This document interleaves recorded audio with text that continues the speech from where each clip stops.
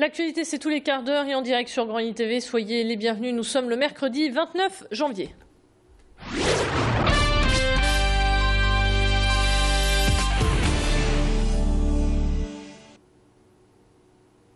Roubaix, élue ville la plus pauvre de France. Cette année encore, c'est l'ancienne capitale mondiale du textile qui remporte ce triste trophée. 45% de la population roubaisienne vit actuellement en dessous du seuil de pauvreté, c'est-à-dire avec un revenu mensuel de moins de 977 €.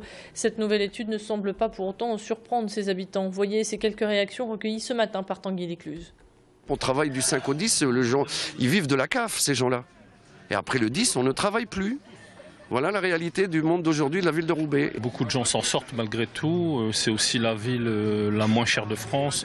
Il ne faut pas un gros salaire pour y vivre bien. Après, il faut accepter de savoir vivre avec des gens autour, malheureusement, qui n'ont pas le porte-monnaie, qui n'ont pas le boulot. Il y a beaucoup de précarité. Et je pense qu'il ne faut pas les regarder avec l'œil de façon péjorative en se disant tiens, c'est que des gens qui méritent leur sort. Bien au contraire, c'est des victimes. Cette ville, comme je vous ai dit, elle a des atouts. On peut essayer de faire bouger les choses. Les jeunes, ils sont mobilisés, mais on n'a pas d'écoute au niveau administratif. Voilà. En bref, un douanier en service a trouvé la mort hier soir. Le fonctionnaire âgé de 53 ans a été happé par un train au passage à niveau près de la gare de Templemar. Alors que les barrières s'abaissaient, l'homme en filature était sorti de son véhicule pour voir dans quelle direction avaient pris la fuite les individus.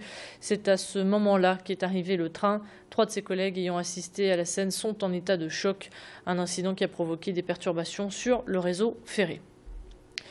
Cela fait 4 ans qu'Haïti a été dévasté par un terrible séisme et 4 ans après, les nordistes fidèles à leur solidarité sont toujours présents pour épauler la population locale. Même si des milliers de kilomètres les séparent, des ch'tis ont décidé de se lancer dans une belle aventure, celle de remettre sur pied une école située à une quarantaine de kilomètres de la capitale, Port-au-Prince. Aujourd'hui, ce sont des tentes et les enfants auront bientôt des murs et un toit aux normes antisismiques et anticycloniques. Le projet est déjà bien avancé. Avec cette école, les enfants pourront assurer leur avenir dans un pays où règne la pauvreté et l'instabilité politique. Les détails avec le président de la communauté haïtienne dans le Nord, Évry Archer. Actuellement, la dalle du rez-de-chaussée est faite, après la préparation du terrain évidemment, et les murs s'élèvent. Et très prochainement, nous devrons trouver les moyens de faire la dalle qui va séparer le premier et le rez-de-chaussée du premier étage. Et nous sommes très préoccupés. Nous avons vraiment peur que le dossier, que la construction soit arrêtée, faute de moyens, faute de ressources, parce que nous comptions beaucoup, notamment sur le mécénat d'entreprise. Et ce mécénat, pour nous, est très défaillant jusqu'à présent. Et on n'oublie pas qu'en 2010, ce tremblement de terre a coûté la vie à 230 000 personnes et a provoqué 1 million de sans-abri. Le nouvel an chinois approche à grands pas. Vendredi, le cheval remplacera le serpent, signe de succès dans les projets tant personnels que professionnels. Et comme chaque année, cet événement sera célébré durant plusieurs jours, d'abord en famille, puis entre amis. À quelques heures du début de ces festivités, notre journaliste Tanguy Lécluse a rencontré pour nous Go Gang Han, résident lillois depuis 20 ans et ancien interprète des présidents Chirac et Sarkozy. Il nous résume ce que prévoit l'année du cheval avec notamment ce proverbe. Écoutez.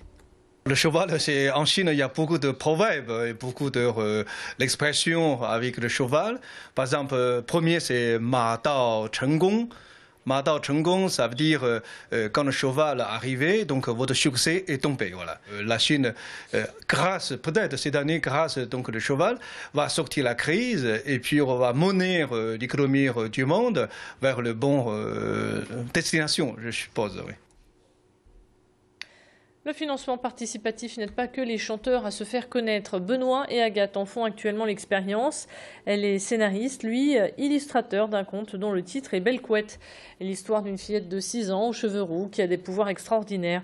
Dans son petit monde, elle rencontre des êtres qui parlent la langue des signes, à destination des petits mais aussi des grands. Belle Couette a su séduire les internautes d'Ulule, une plateforme de financement participatif. Sur les 2 500 € nécessaires à sa publication, ils ont déjà récolté 80% de la somme. Le couple ne s'attendait pas à une telle surprise. Idil Gunay les a rencontrés pour nous. J'y ai pas cru dès le départ, mais enfin, j'espérais vraiment qu'on allait y arriver. Par contre, oui, en proposant le projet à Ulule, je me suis dit, voilà, on n'est pas connu. La plupart des gens qui présentent leurs projets sont Ulule, souvent sont soit des associations, soit des maisons d'édition en devenir.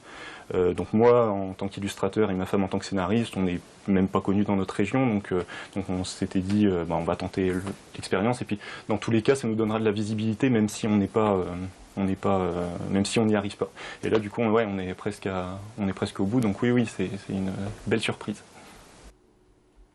Et si l'idée vous intéresse, vous avez jusqu'au 4 février pour participer à ce projet.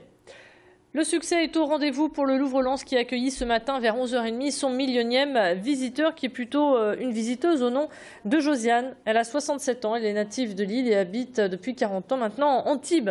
Le musée doit son succès à ses nombreuses expositions, mais aussi aux ateliers et stages proposés au public, ainsi que les immersions dans les coulisses pour assister à la restauration d'œuvres d'art. La prochaine aura lieu fin février, début mars, et concernera une statue d'Aphrodite en marbre. C'est ainsi que s'achève cette édition. Merci de l'avoir suivi. On se retrouve dans un tout petit instant du côté du ciel. On s'arrêtera également pour évoquer vos conditions de circulation. Si vous apprêtez à prendre le volant, restez avec nous. Prochain point sur l'actualité à 18h pile. À tout de suite.